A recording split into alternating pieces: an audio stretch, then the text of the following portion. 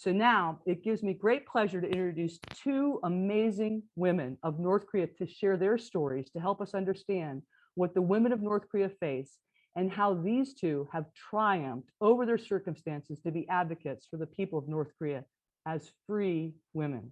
It's also a great pleasure to introduce Minhee Na, who will speak right after Songi.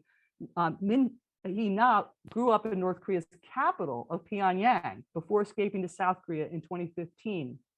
She is majoring in communications at Ewha Women's University in Seoul. I love Ewha University. It's a great university. I've visited several times. She is a commentator and she's a TV personality in South Korea and a YouTuber. And she's also active with Freedom Speakers International and part of their Keynote Speakers Network. So let's. Thank you so much for the kind introduction. My name is Minhee Na. It is an honor to be invited to speak with you today. I was born in North Korea, where the universal human rights declared by the United Nations in 1948 continue to be ignored. Because of that, I didn't learn about universal human rights until I was 25 years old. Today, I would like to share my experience as a North Korean-born person who had the opportunity to live and work outside of North Korea. Unfortunately, even with that golden opportunity to live outside of North Korea, I was cheated by the regime and its representatives. We were exploited, and women like me had our rights violated even worse than our male counterparts.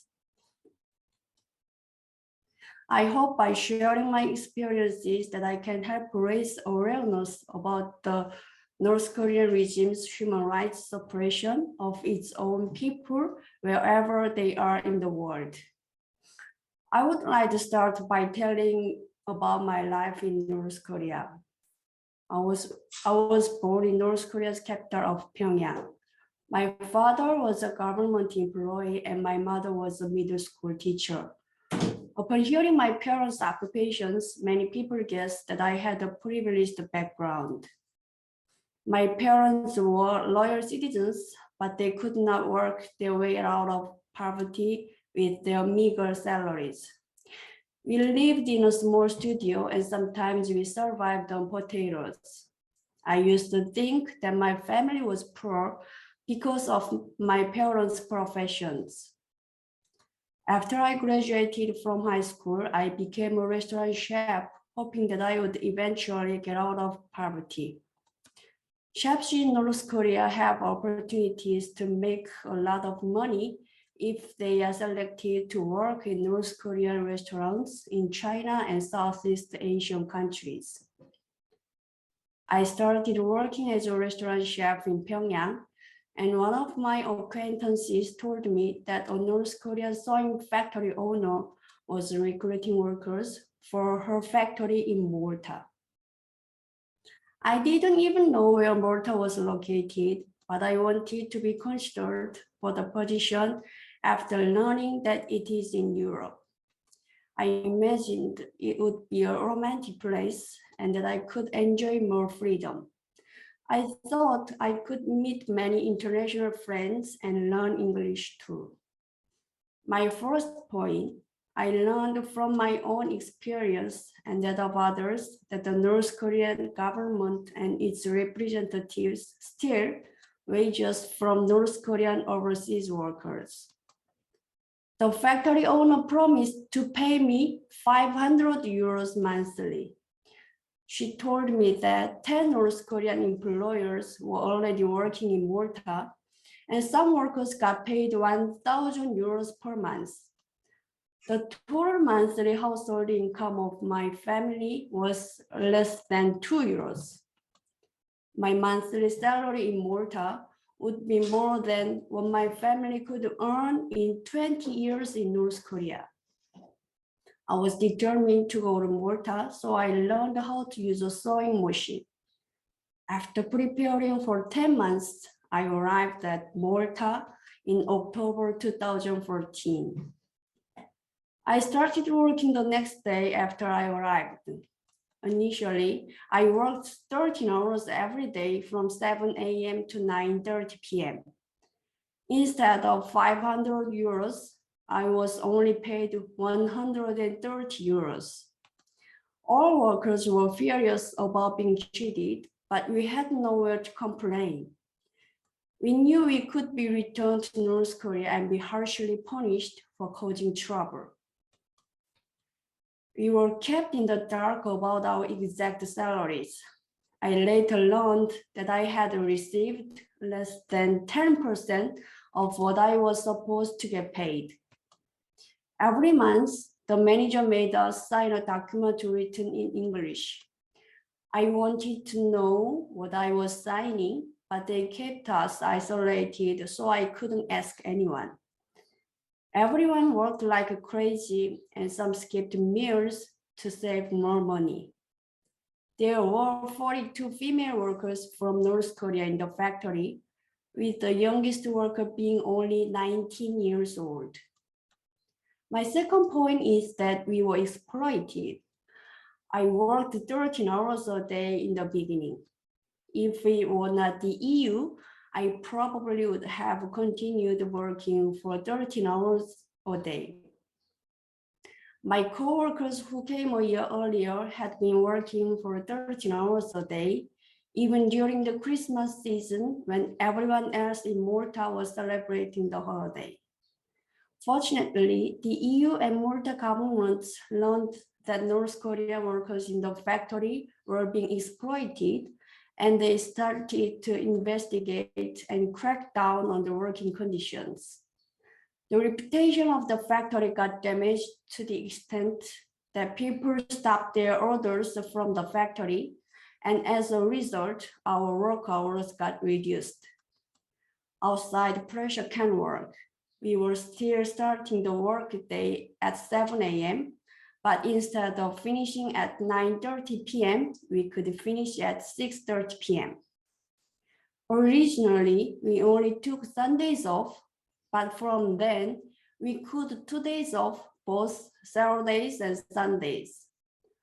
For the first time, I learned that it is normal for people around the world to have weekends off from work. My third point is that women were controlled even more than the men were. With more free time, some of us wanted to earn extra money we had been cheated out of by working part-time at other places. But our request was rejected. The manager said because we were women, we might get kidnapped. I thought it was total nonsense, but I could not talk back to the manager. Because we were women, we were treated like prisoners in Europe. The only place we could freely go alone was the bathroom.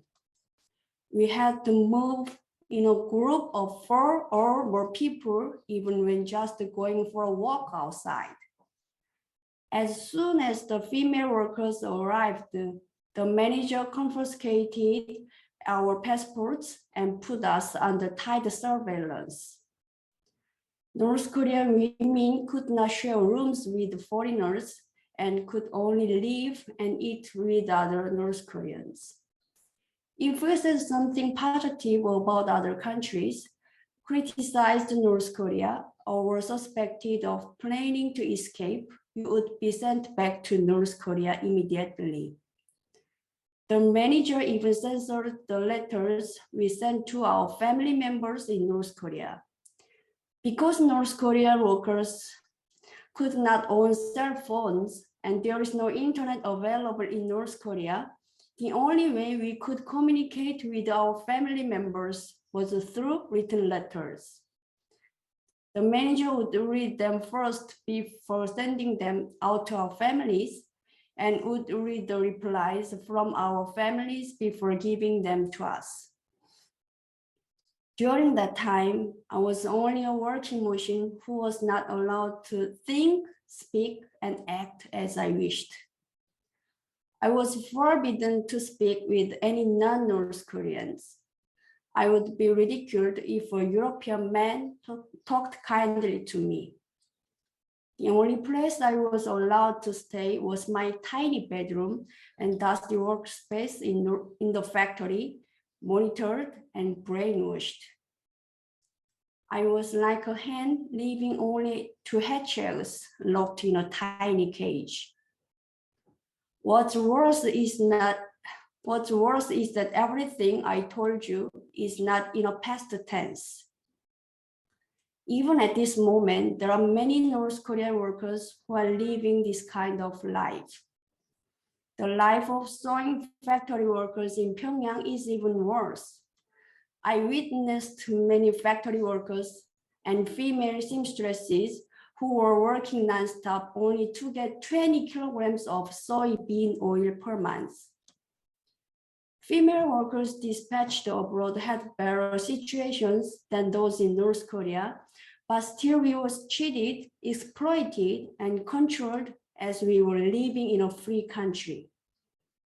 On November 29, 2017, the UN Security Council adopted Resolution 2397, which stated that all North Korean nationals earning income abroad had to return to North Korea.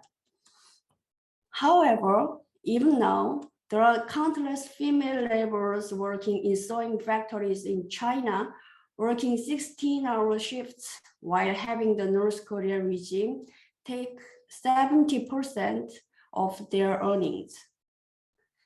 I would like to urge you today that we need to take a closer look at the human rights issues in North Korea. We need to protect North Korean women who are being exploited that even receiving minimum pay. We need to pay more attention so that North Korean workers can be guaranteed their basic human rights. Also, as stated in the UN Security Council resolution, we must help those who are seeking to escape to freedom.